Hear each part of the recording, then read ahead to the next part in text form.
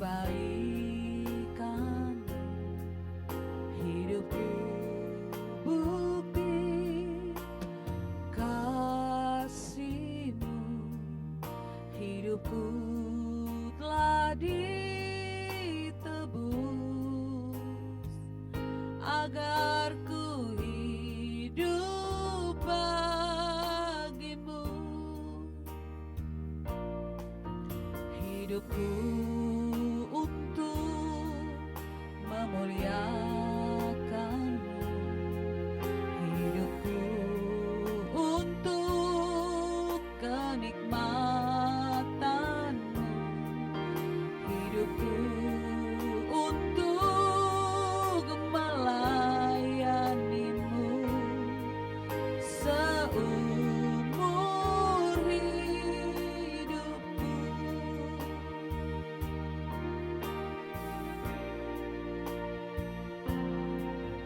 Hidupku bukti kebaikan-Mu, hidupku bukti kasih-Mu, hidupku telah ditebus agar ku hidup bagi-Mu. Hidupku untuk memuliakan-Mu, hidupku untuk kenikmatan-Mu, hidupku untuk melayani-Mu seumur hidupku. Anugerah-Mu besar, anugerah-Mu besar, anugerah-Mu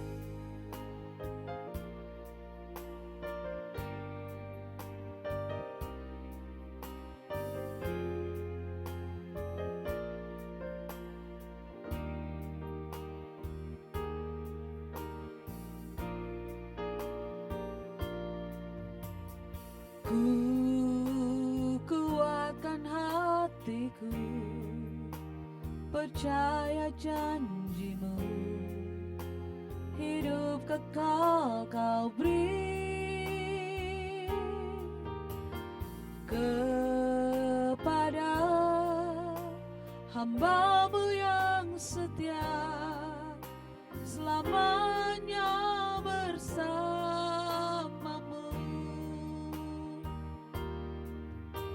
Kau beri pengharapan, suatu hari kan bertemu di surga yang kekal bersama-Mu Bapa. Kau beri sukacita dan damai sejahtera. Allahku, kuatku, besertaku selamanya. Ku sembah Kau Tuhan, ku sembah Kau Tuhan. Nama-Mu dimuliakan dalam hidup dan matiku.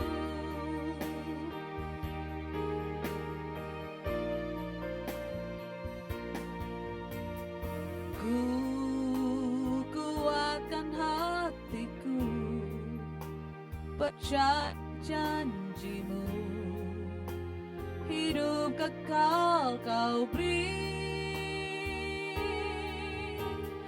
kepada hamba-Mu yang setia, selamanya bersama-Mu.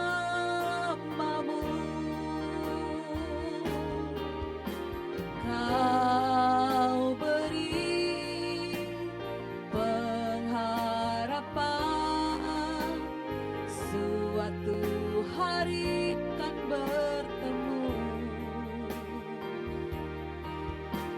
di surga yang kekal bersama-Mu Bapa. Kau beri sukacita dan damai sejahtera. Allahku, kuatku, besertaku selamanya. Ku sembah Kau Tuhan, ku sembah Kau Tuhan. Nama-Mu dimuliakan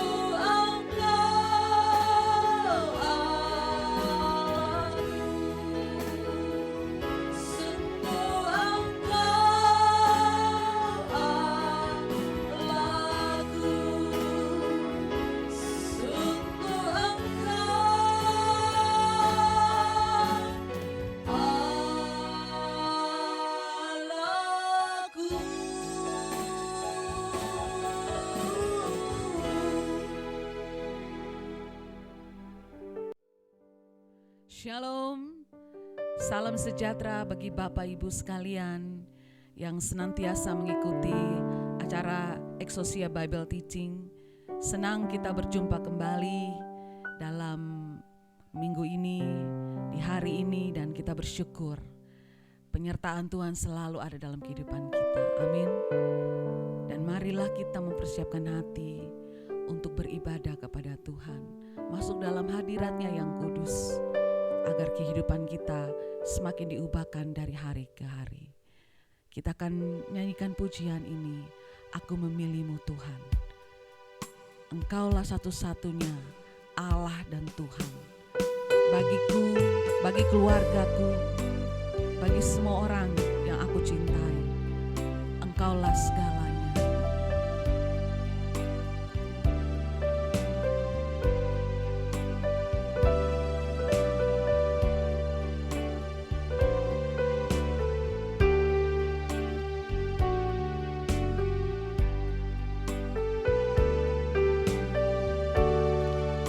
Aku memilih-Mu Tuhan, Kau segalanya bagiku.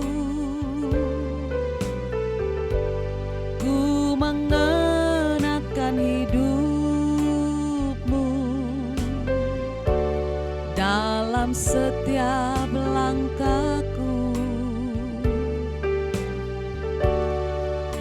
Diriku telah Kau beli dengan darah yang suci.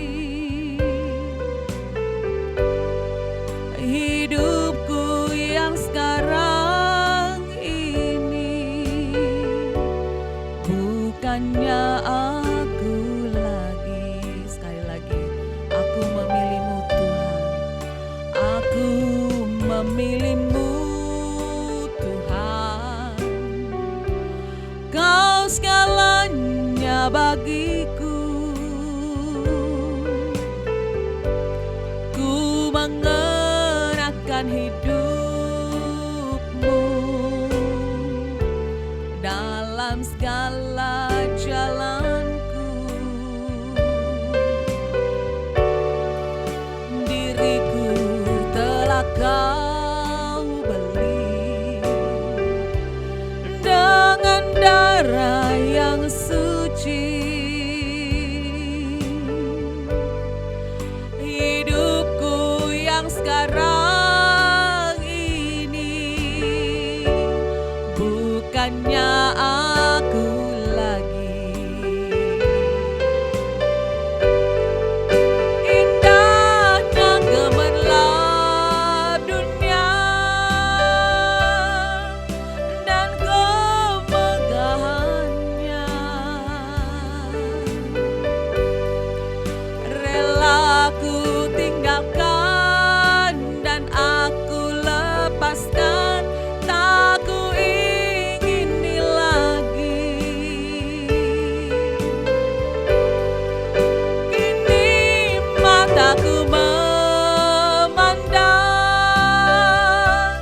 Tuhan Yesus kan datang. Langit dan bumi yang baru, kerinduan hatiku. Mari sekali lagi nyatakan di hadapan Tuhan. Aku memilih-Mu Tuhan, Kau segalanya bagiku. Ku mengenakan hidup-Mu dalam setiap langkahku. Kini telah Kau beli dengan darah yang suci. Hidupku yang sekarang ini bukannya aku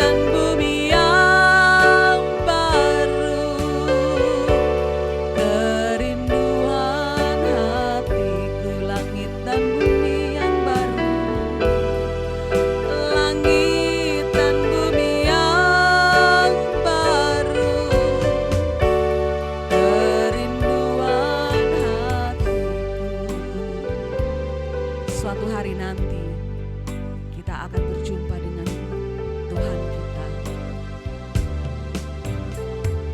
Biar itu menjadi kerinduan kita. Amin Bapak Ibu. Kalau kita melihat bumi tempat kita berada sekarang, ini adalah sementara. Tetapi kita merindukan tanah air yang sebenarnya, rumah kita yang sebenarnya, langit baru dan bumi baru. Kalau kita memiliki pandangan seperti ini, maka kita akan menarik hati kita, menarik hidup kita ke atas. Seperti Paulus berkata, pikirkanlah perkara-perkara yang di atas. Karena perkara-perkara di atas itu adalah perkara-perkara yang membawa kemuliaan bagi Tuhan dan memberi kita kepastian bahwa Dia, Allah kita, sungguh benar-benar ada.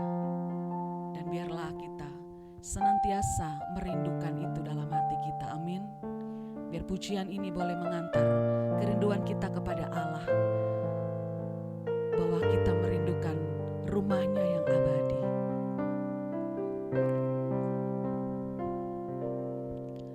Ku tatap langit di atasku,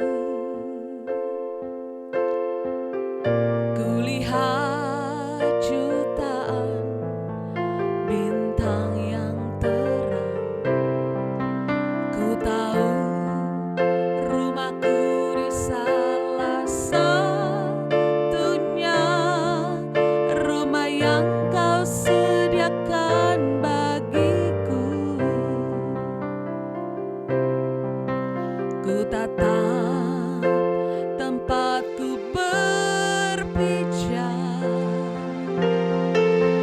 bumi yang indah tempatku ada.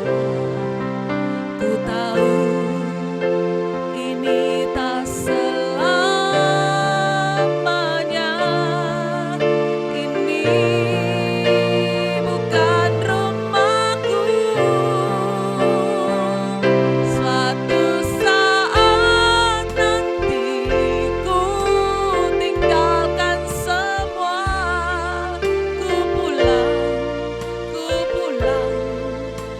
rumahmu Bapa. Suatu saat nanti kita akan berjumpa, tak ada yang dapat memisahkan kita selamanya.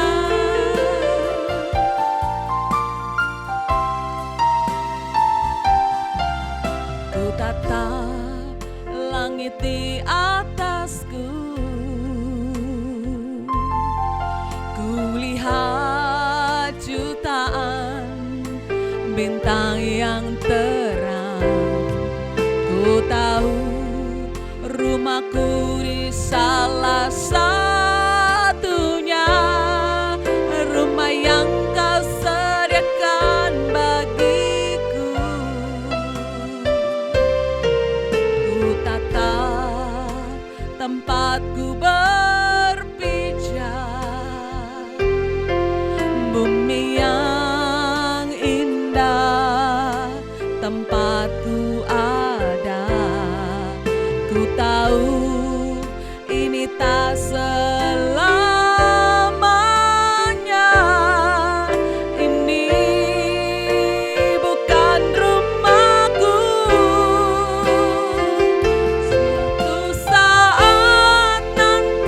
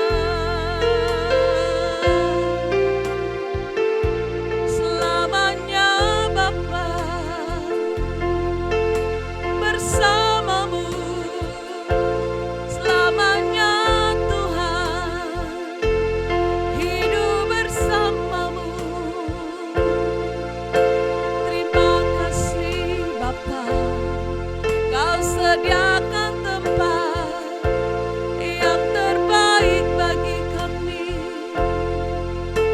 rumah yang abadi bagi kami. Terima kasih,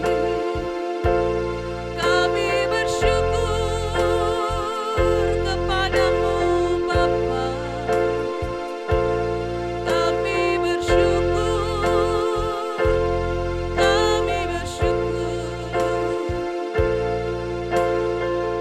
Terima kasih Tuhan, Engkau sediakan rumah yang terbaik bagi kami.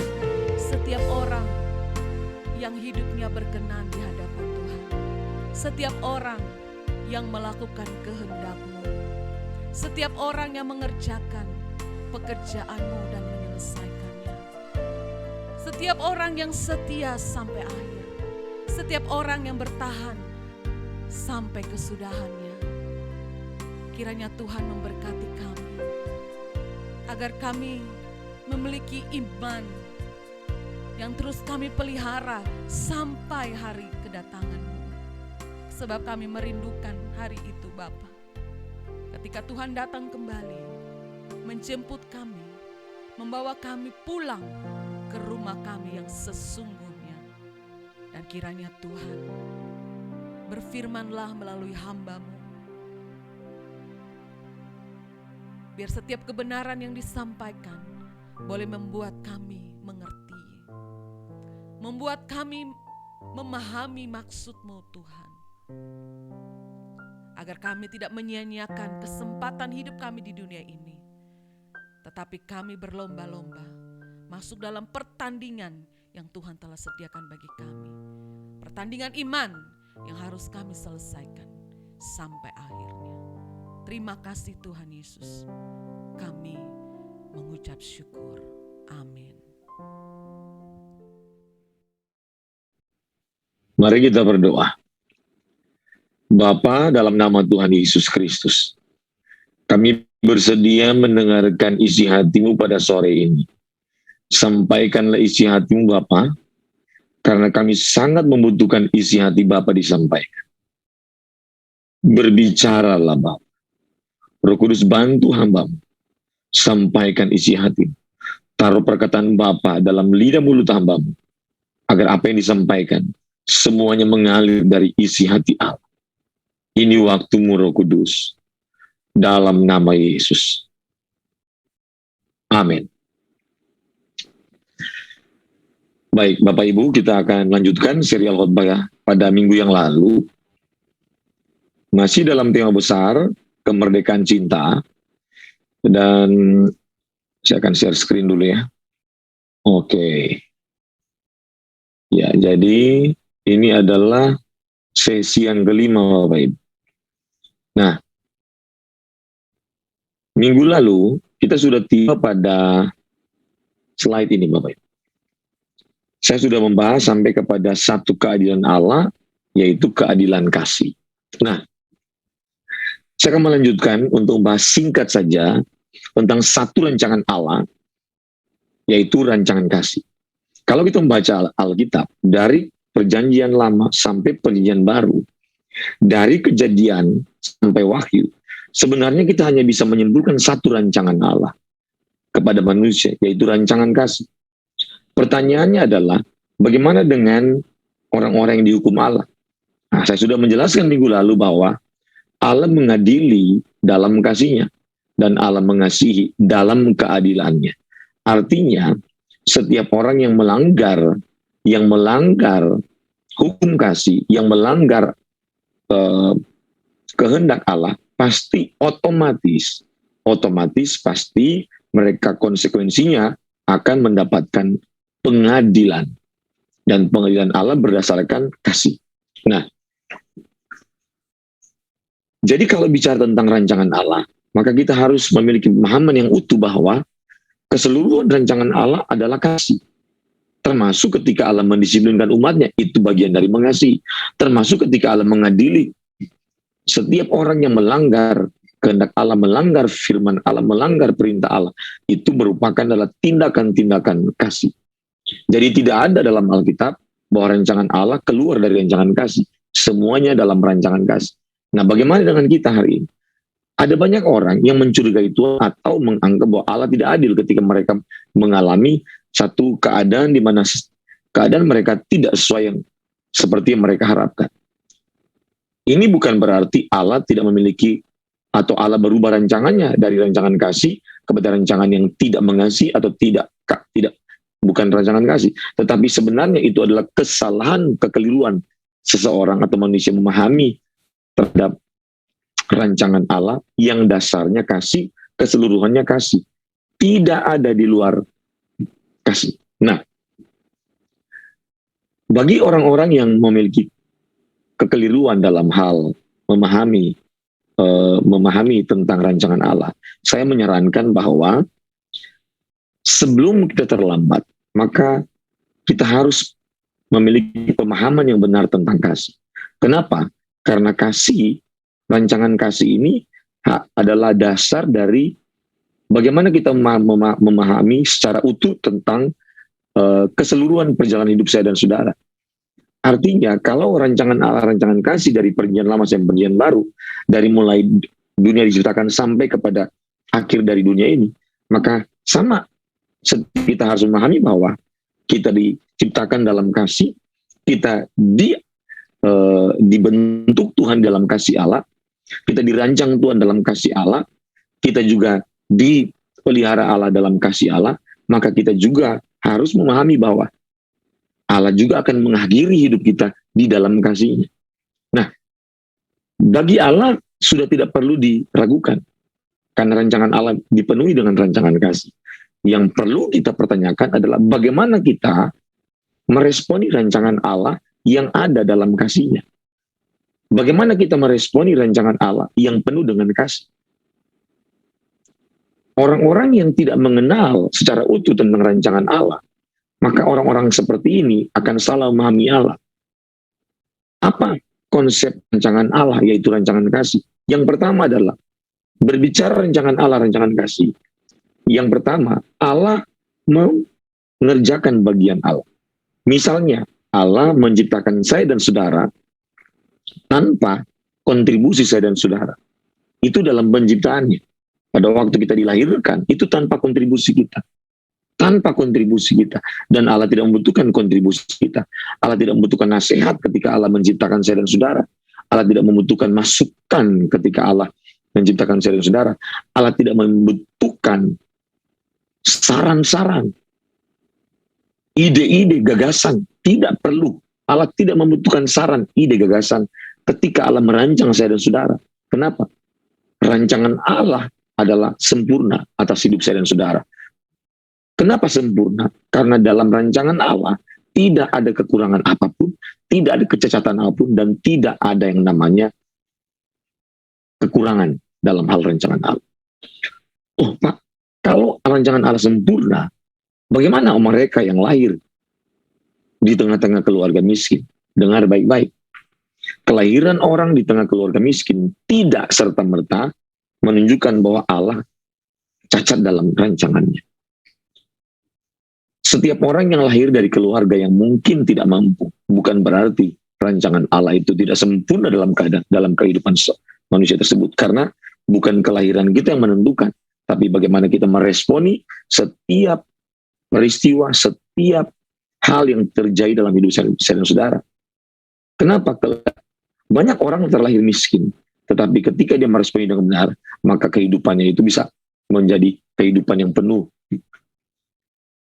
efektif, penuh dengan makna, hidupnya produktif, hidupnya membantu banyak orang, hidupnya bermanfaat bagi banyak orang.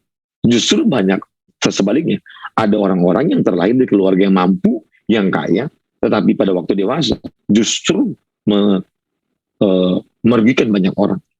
Hidupnya tidak bermanfaat, hidupnya tidak berguna bagi banyak orang. Jadi bukan kelahiran kita yang menentukan, tapi respon kita. Karena Allah tidak mengadili dalam ketidakmampuan kita, Allah tidak mengadili dalam keadaan kita tidak mengerti. Misalnya Allah tidak mengadili kita dalam keadaan kita masih bayi. Enggak. Allah mengadili kita dalam keadaan kita mampu sadar ketika kita tahu mana yang baik, mana yang jahat, ketika kita mengerti tentang kebenaran, ketika kita memiliki kesadaran sebagai manusia, itu sudah kita harus tahu bahwa saat itu kita Allah membutuhkan pertanggungjawaban kita. Nah, itu sebabnya konsep-konsep hidup seperti ini harus dipahami. Maka bicara kehidupan bukan hanya bicara kelahiran. Silakan Anda boleh lahir dalam keadaan yang sempurna. Belum tentu kehidupanmu sempurna. Sebaliknya, Anda boleh lahir dalam keadaan tidak sempurna. Belum tentu hidupmu akan menjadi tidak sempurna. Jadi bukan masalah kelahiran. Dan kita harus percaya bahwa kalau Allah mengizinkan kita lahir dalam keadaan apapun keadaan kita. Ingat baik-baik, Allah telah menghitung, Allah telah memperhitungkan, mempertimbangkan dengan sangat akurat dan sempurna. Keadaan kita seperti apa hari ini, keadaan kita sekurang apapun ketika kita lahir, itulah keadaan kita yang terbaik. Sulit diterima, ya memang sulit, tetapi itulah yang terbaik. Percayalah, dalam segala keadaan, itulah keadaan terbaik kita. Karena yang menentukan bukan keadaan, yang menentukan bukan masalah, yang menentukan bukan peristiwa, yang menentukan bukan kondisi di mana kita kurang, yang menentukan bukan kondisi di mana kita semua serba ada, atau lahir di tengah keluarga yang mampu, yang semua tercukupi, atau sebaliknya kita lahir dari keluarga tidak mampu atau tidak tercukupi. Bukan itu yang menentukan. Yang menentukan respon kita. Pertanyaannya, bagaimana kalau kita masih kecil? Ingat, keadilan Allah, pemeliharaan Allah pasti sempurna. Tuhan mampu memelihara dalam keadaan apapun kehidupan saya dan saudara. Karena Tuhan tidak mungkin membiarkan kita dalam keadaan di masa kecil dalam keadaan kurang. Tidak mungkin. Pasti ada faktor di mana Tuhan mengerjakan bagiannya. Percayalah, jangan mencurigai Tuhan. Nah, itu bicara tentang rancangan Allah. Jadi rancangan Allah sempurna. Nah, kalau kondisi kita hari ini dalam keadaan kurang, dengar baik-baik. Justru respon kita yang menentukan. Jadi Anda dan saya harus menerima keadaan kita hari ini sesusah-susahnya, sekurang-kurangnya, seterbatas-terbatasnya. Terimalah keadaan ini. Banyak orang tidak bisa menerima, makanya tidak bisa move on. Banyak orang sulit menerima keadaan. Selalu mempersalahkan keadaan, mempersalahkan peristiwa, mempersalahkan orang lain, mempersalahkan lingkungan, mempersalahkan keluarga. Sikap mempersalahkan lingkungan, mempersalahkan diri sendiri, mempersalahkan orang lain, mempersalahkan orang tua, tidak pernah mengubah keadaan. Ingat baik-baik. Jadi sikap mempersalahkan lingkungan, keadaan, atau apapun, tidak pernah mengubah keadaan kita. Justru yang mengubah keadaan kita ketika kita menerima keadaan kita. Jadi bagaimana, kalau orang tanya, bagaimana Pak mengubah keadaan? Cara kita mengubah keadaan hari ini. Terima keadaan. Syukuri. Jalani. Dan hadapi setiap persoalan. Jangan menghindari. Jangan lari dari keadaan hari ini. Terima keadaan, hadapi bersama Tuhan. Karena ingat baik-baik, Tuhan bekerja dalam segala hal untuk mendatangkan kebaikan bagi orang yang mengasihi Tuhan. Ingat, ada syarat bagi orang yang mengasihi Tuhan. Apa arti mengasihi Tuhan? Di mana keadaan hati, pikiran, perasaan kita sinkron sesuai dengan kehendaknya, sesuai dengan pikiran perasaan Allah. Di mana kita terus-menerus mengasihi Allah. Menerima keadaan itu bagian dari mengasihi Allah. Menerima, mensyukuri keadaan itu bagian dari kita mengasihi Tuhan, menghormati Allah. Karena kita tidak mungkin bilang mengasihi Tuhan kalau kita tidak menghormati Tuhan. Kita tidak mungkin menghormati Tuhan kalau kita mempersalahkan Tuhan ketika kita menghadapi berbagai macam kesulitan. Jadi ini penting sekali. Sangat penting. Jadi apapun keadaan kita, itulah yang terbaik yang Tuhan izinkan. Karena tidak ada satu keadaan di mana Tuhan tidak mengizinkan kita alami. Tidak ada. Oh, Pak, bagaimana kalau misalnya tidak sesuai harapan? Ya, hampir semua orang, bahkan semua orang pernah menghadapi situasi, kondisi, keadaan di mana tidak sesuai harapan. Justru pada saat itu, pahamilah bahwa saat itu kita diuji oleh Tuhan. Apakah kita terus-menerus percaya kepada Allah, berpengharapan kepada Allah, mengasihi Allah. Justru kalau kita bilang mengasihi Tuhan dan percaya kepada Tuhan, berpengharapan kepada Tuhan, harus ada situasi, kondisi di mana kita akan diuji. Ujian itu akan menunjukkan bahwa sampai di mana tingkat kualitas kasih, kualitas iman dan pengharapan kita kepada Tuhan. Semua tokoh Alkitab menghadapi ujian, semua, tidak ada yang tidak menghadapi ujian. Makanya saya mengajak Bapak Ibu, pimpinan sekolah, para mentor, siswa, orang tua, mahasiswa, dosen, para hamba Tuhan, jemaat yang mengikuti program ini, Exousia Bible Teaching, kalau kita dalam kondisi keadaan hari ini tidak sesuai harapan, kurang, kita menganggap kurang ya, kita menganggap terbatas, tidak adil, kok saya diperlakukan seperti ini, kok kenapa Tuhan mengizinkan hal ini terjadi? Ingat, itulah keadaan yang terbaik di mana Allah ingin kita hadapi, kita jalani, dan kita syukuri. Ini keadaan yang terbaik. Percayalah, semua bisa kita lewati. Kenapa? Rancangan Allah sempurna. Karena apa? Tidak ada rancangan Allah dalam hidup seorang itu yang mendatangkan kecelakaan. Yeremia pasal 29 ayat 11 berkata bahwa rancangan Tuhan kepada manusia bukan rancangan kecelakaan, tapi masa depan yang memberikan harapan. Nah, tapi kenapa susah? Ya, kesusahan itu bagian dari kehidupan. Justru dengan kesusahan, kita mendapatkan kesempatan untuk dibentuk oleh Tuhan. Justru dengan kesulitan, kita mendapatkan kesempatan untuk terus melakukan kehendak Allah. Kalau misalnya kehidupan kita mulus-mulus, semuanya itu berjalan mudah, bagi saya itu bukan kehidupan yang dapat membentuk kita untuk menjadi serupa dengan Kristus. Karena kita melihat contoh, teladan kita itu Yesus Kristus. Dalam kehidupannya, dari lahir sampai mati, semua itu melewati Via Dolorosa, jalan salib, jalan penderitaan. Di jalan penderitaan tidak dapat diangkat atau dipisahkan dari kehidupan orang percaya. Setiap orang percaya harus percaya bahwa setiap kita memiliki jalan salib, dan jangan pernah memberikan salib kita kepada orang lain. Pikul salib kita, hadapi, karena itu mengandung rancangan yang sempurna dari Allah. Rancangan Allah yang sempurna, di dalamnya ada jalan penderitaan, jalan kesulitan, jalan kesukaran. Justru di saat-saat kita sukar, sulit, terbatas, mungkin dihina, dibully orang, direndahkan, ditolak, dikecewakan, dihianati, atau mungkin di mana kita saat ini juga kita tidak memiliki kemampuan keuangan, doa-doa kita mungkin belum dijawab oleh Tuhan. Justru keadaan-keadaan itu adalah kesempatan di mana kita menunjukkan bahwa kita masih terus tetap percaya kepada Allah, kita tetap mengasihi Tuhan, kita tetap mempertahankan hidup suci. Ini keadaan-keadaan ini mahal, Bapak Ibu. Ini mahal. Jadi keadaan sulit, sukar, menderita, keadaan yang tidak enak, tidak menyenangkan. Justru keadaan-keadaan itu adalah keadaan di mana kita mendapatkan kesempatan untuk membuktikan cinta kasih kita kepada Allah. Setiap cinta, setiap hubungan pasti melewati ujian. Tidak ada hubungan yang tidak melewati ujian. Termasuk hubungan kita dengan Tuhan pasti melewati masa ujian. Dan kita tidak boleh menyerah, ya, harus bertahan terus. Saya sudah puluhan tahun hidup bersama Tuhan, melewati berbagai macam kondisi, keadaan yang sulit. Baru-baru ini, ya Tuhan, saya bersaksi kepada istri saya, anak-anak saya, dan terbukti bahwa Allah yang kita sembah, Elohim Yahweh, dan melalui putra tunggalnya Yesus Kristus, yang menjadi teladan kita, menjadi Tuhan, Juru Selamat kita, penebus dosa kita, membuktikan bahwa Allah kita hidup, Tuhan kita hidup. Dalam segala situasi, kondisi yang sukar, sulit, Tuhan hadir tepat pada waktunya. Makanya jangan jadi Kristen yang cengeng. Jangan pindahkan pengharapanmu kepada manusia. Jangan pernah pindahkan. Jangan pernah pindahkan pengharapanmu kepada manusia. Pindahkanlah hatimu kepada Allah. Tetap perkuat. Kalau hatimu sekarang sudah kepada Tuhan, jangan pindahkan. Perkuat. Melekat dengan Dia. Terus menerus. Dan ingat baik-baik. Ingat baik-baik. Justru masa-masa ini, dunia sedang menghadapi inflasi. Krisis global melanda dunia. Semua orang digoncang. Semua negara digoncang. Dan genaplah apa kata Alkitab. Di akhir zaman, Tuhan akan menggoncang bumi. Agar yang tinggal hanya yang tak tergoncangkan. Ingat, dunia ini sedang lenyap dengan segala keinginannya. Tetapi Alkitab berkata, orang yang melakukan kehendak Allah, hidup kekal selama-lamanya.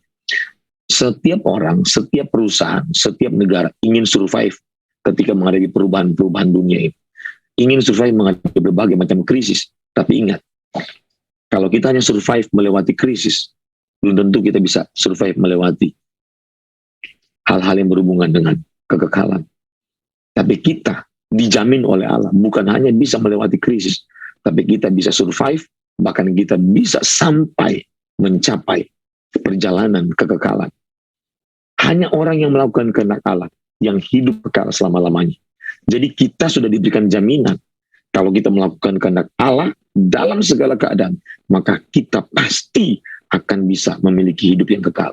Berarti, kalau hidup kekal saja kita bisa capai, bagaimana hidup di kefanaan ini? Bagaimana dengan tantangan dalam dunia fana? Pasti kita bisa lewati. Ingat, kita pasti bisa melewati. Ingat baik-baik. Ya, pasti kita bisa melewati. Dan kalau kita mengasihi Tuhan, catat baik-baik. Kalau kita mengasihi Tuhan, catat baik-baik. Maka kepemilikan Allah atas hidup kita itu bersifat eksklusif. Artinya, ketika kita mengasihi Tuhan dan Tuhan mengasihi kita, maka kita telah bersatu dengan Tuhan. Hidup kita telah bersatu dengan Tuhan. Telah diikat oleh kasih agape. Allah telah mengikat kita.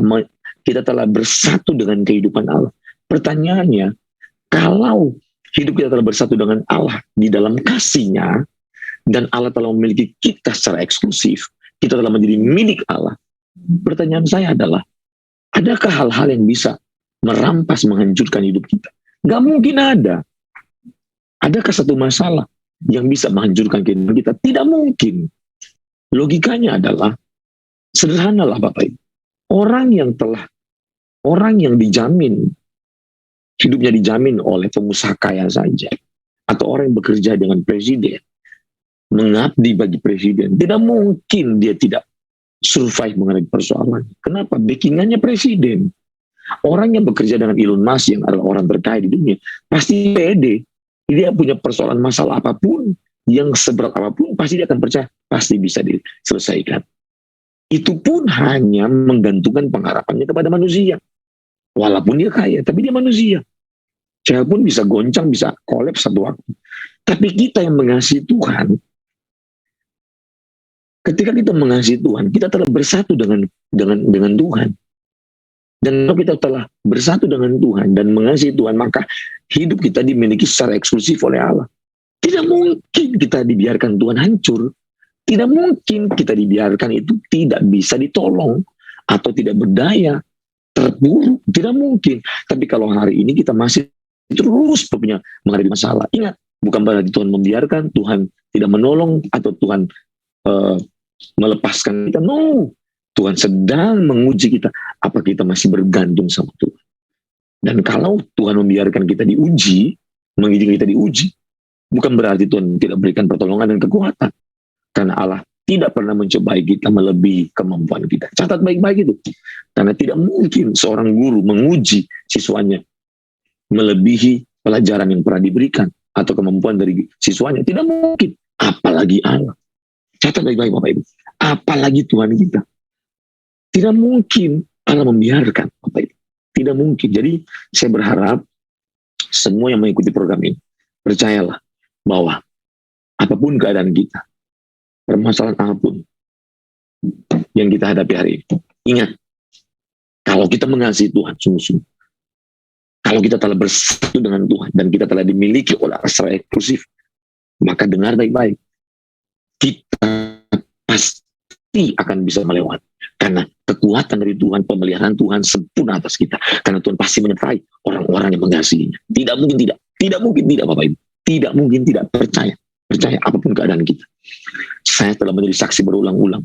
Baru 2-3 bulan ini pun saya mengalami berbagai macam peristiwa yang luar biasa. Istri saya jadi saksi. Anak-anak saya jadi saksi. Dalam keadaan yang terbatas. Keadaan yang sulit. Ya, saya bisa aja ngomong sama siapapun yang mungkin saya merasa bisa tolong saya, tapi saya tidak ngomong.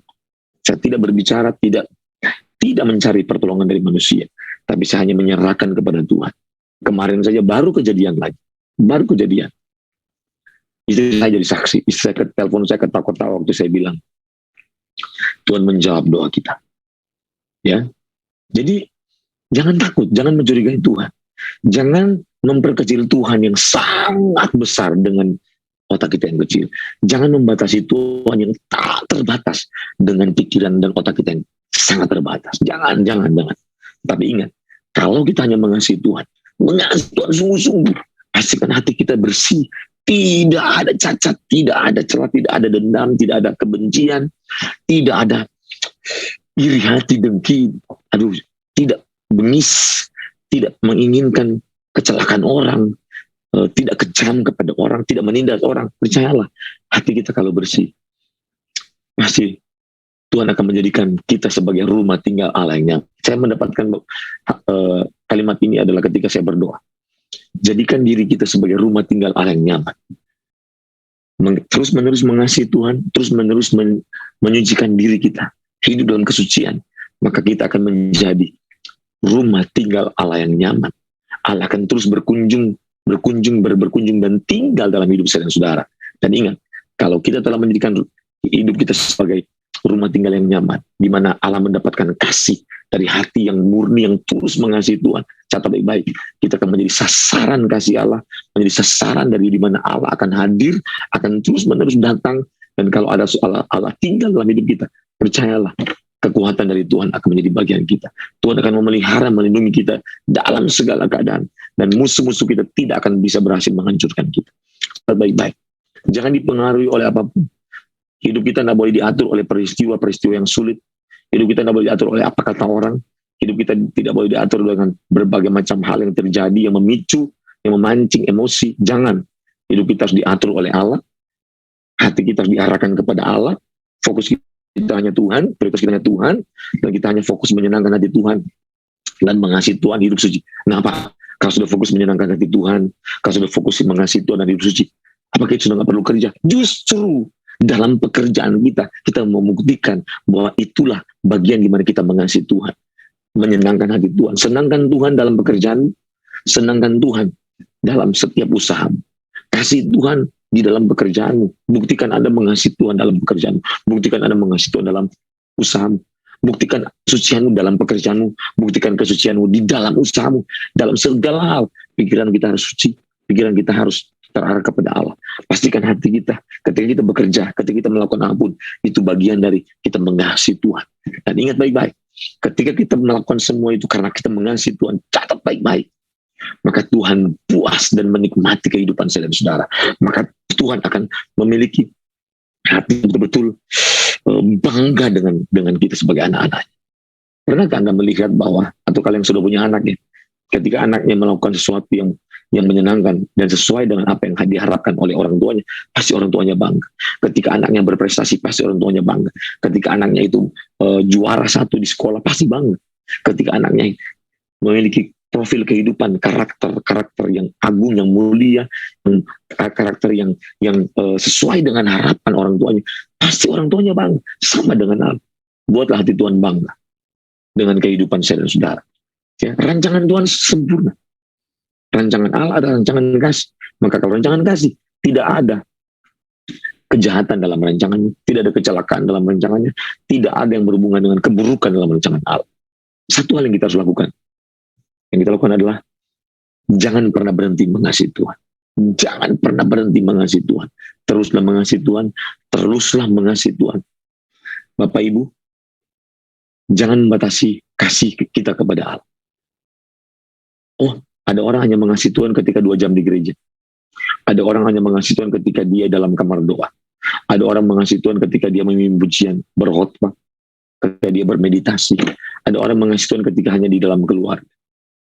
Mengasihi Tuhan itu dalam segala hal, dalam segala tempat, dalam segala waktu, dalam segala kondisi, dalam segala situasi, dalam segala keadaan. Itu namanya mengasihi Tuhan. Dan kalau kita melakukan ini dalam segala situasi dan kondisi, kasih kita kepada Allah tak terbatas, tak dibatasi oleh ruang dan waktu. Dengar baik-baik, maka Allah hadir dalam hidup saya dan saudara. Karena ketika kita mengasihi Tuhan, ketika kita mengasihi sesama, kita menghadirkan Allah. Ketika kita mengasihi Tuhan, mengasihi sesama, kita menghadirkan kehidupan Allah. Dan kalau kita menghadirkan kehidupan Allah, berarti kita menghadirkan kekuasaan, kuasa, urapan, hikmat. Makanya ada orang-orang yang saya ajak ketika saya training dalam program sekolah binaan Astra. Sampai dia berkata begini, Pak Joni training ini rasanya KKR ya, training rasa KKR. Kita menghadirkan Allah tidak perlu hanya ketika kita berdoa 2 jam, berdoa 1 jam, atau ibadah 2 jam. Tidak perlu. Allah tidak hadir dibatasi dengan ibadah di gereja. Kehadiran Allah itu di segala tempat. Makanya saya sangat terkesan dengan satu ayat, Mazmur pasal 33 ayat 18 kalau tidak salah. Mata Tuhan melihat ke seluruh dunia, Tapi mata Tuhan hanya tertuju kepada orang-orang yang takut akan Allah. Amin. Kita takut akan Allah itu, takut akan Allah yang benar adalah karena kita mengasihi Tuhan, karena kita menghormati Tuhan. Nah, ada takut yang salah, karena kengerian, karena ancaman, karena hukuman. Pasti karena dosa. Dasarnya karena dosa. Seperti Adam dan Hawa. Kapan mereka takut? Ketika mereka berbuat dosa. Dulu mereka tidak takut ketemu Tuhan sebelum mereka berbuat dosa. Tapi ketika mereka berbuat dosa, yang muncul adalah kengerian, ketakutan akan hukuman. Ini bukan ketakutan yang benar. Dalam bahasa Yunani, takut yang benar adalah menggunakan kata phobos atau phobeo. Tapi kalau takut yang tidak benar, yang palsu, itu menggunakan kata priso. Takut karena kengerian, ancaman, hukuman, karena rasa bersalah. Karena salah. Ya, tapi takutlah akan Allah. Yang berdasarkan karena kita mengasihi Tuhan, karena kita menghormati Tuhan. Dengar baik-baik. Ketika kita mengasihi Tuhan, kita menjadi milik Allah. Dan kalau kita menjadi milik Allah, setelah kita telah menyatu dengan Allah, maka tidak ada satu kuasa apapun yang di luar kuasa Allah yang sanggup menghancurkan. Tidak ada satu masalah apapun yang sanggup menghancurkan saya dan saudara. Jangan pernah curiga sama Tuhan dalam keadaan apapun. Percayalah kepada Tuhan. Kasihilah Tuhan dengan segenap jiwa, kekuatan, akal budi. Kasihlah sama manusia seperti dirimu sendiri. Maka dengar baik-baik. Hukum kasih ini harus menjadi bagian kita. Karena rancangannya adalah rancangan penuh dengan kasih. Rancangan Allah yang penuh dengan kasih. Di dalamnya ada pendidikan. Jadi bukan berarti rancangan Allah, rancangan kasih semuanya mulus. Tidak ada masalah. Jalannya mudah, senang-senang. Oh enggak begitu. Rancangan Allah, rancangan kasih artinya di dalamnya ada disiplin. Di dalamnya ada pemeliharaan. Ada perlindungan. Ada pembelaan. Tapi ingat baik-baik. Di dalamnya ada namanya didikan Allah. Dan ingat, Allah mengerjakan bagiannya dalam rancangan kasihnya.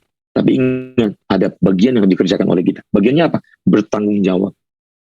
Ada tanggung jawab yang Tuhan minta kita lakukan. Karena kita bukan robot. Kalau robot, Tuhan tidak minta tanggung jawab. Hewan Tuhan tidak minta tanggung jawab. Kita diminta tanggung jawab karena dalamnya ada unsur kehidupan. Potensi moral yang Tuhan berikan. Ada potensi intelektual. Ada potensi spiritual. Ada potensi mental. Maka kita adalah makhluk yang diminta pertanggungjawaban oleh Allah.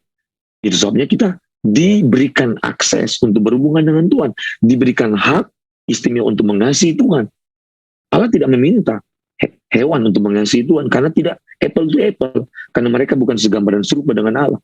Tapi kita, karena kita diciptakan segambar dan serupa dengan Allah, maka kita adalah makhluk kasih, makhluk relasional, makhluk relasi, makhluk yang pantas untuk mengasihi Tuhan.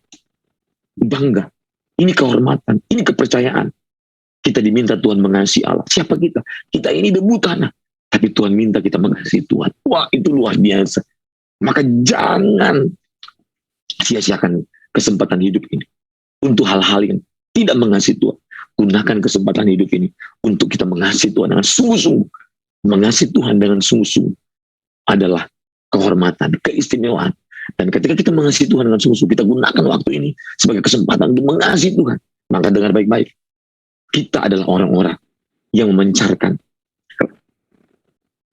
profil, karakter, sifat-sifat Allah dalam kehidupan saya dan saudara. Kita adalah mewakili Allah untuk memperkenalkan Allah kepada orang. Seperti bahasa Paulus, kita adalah menjadi surat yang terbuka. Bahasanya, Yesus, kamu adalah terang dan garam. Kamu adalah buah, pohon yang berbuah. Kita harus menjadi pohon yang berbuah agar orang bisa melihat Kristus dalam buah karakter kita, buah karya kita, buah pekerjaan kita. Orang harus melihat Kristus, melihat Allah. Karena kita adalah gambar kasih Allah. Pastikan buah gambar kasih Allah itu nyata, dapat dinikmati, dirasa, dapat dikecap oleh orang sekitar kita. Amin. Mari kita berdoa. Bapa, hamba telah menyampaikan isi hati Bapa.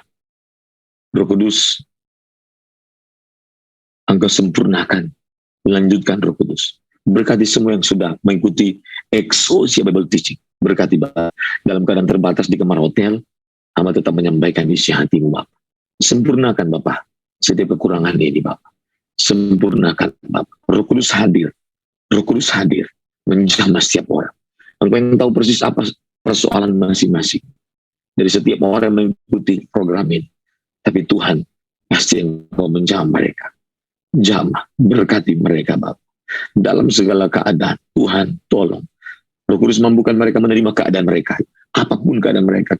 Mungkin sulit, sukar, menderita, terbatas. Atau mereka dalam keadaan yang kecewa, sakit hati, diperlakukan tidak adil. Atau mereka dalam kekurangan ekonomi, keuangan. Bapa hadirlah. Atau mereka dalam keadaan sakit. Tuhan, mohon belas kasihan-Mu sembuhkan mereka. Terima kasih Bapak. Mampukan mereka menerima keadaan mereka. Kasih-Mu menyembuhkan mereka yang sakit hati. Terima kasih Bapak. Bapak Ibu mari terimalah berkat Tuhan. Angkat tanganmu dua-dua. Berkat dan anugerah daripada Allah Bapa. Cinta kasih daripada Tuhan kita Yesus Kristus.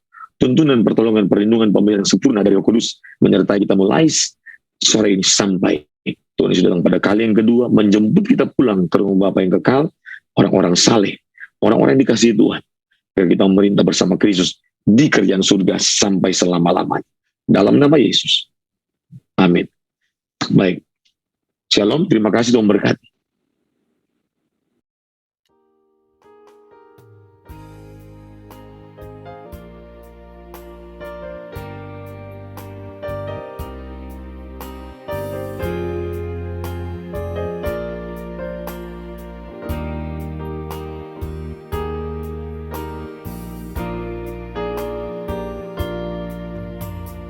Ku kuatkan hatiku, percaya janji-Mu, hidup kekal Kau beri kepada hamba-Mu yang setia selamanya.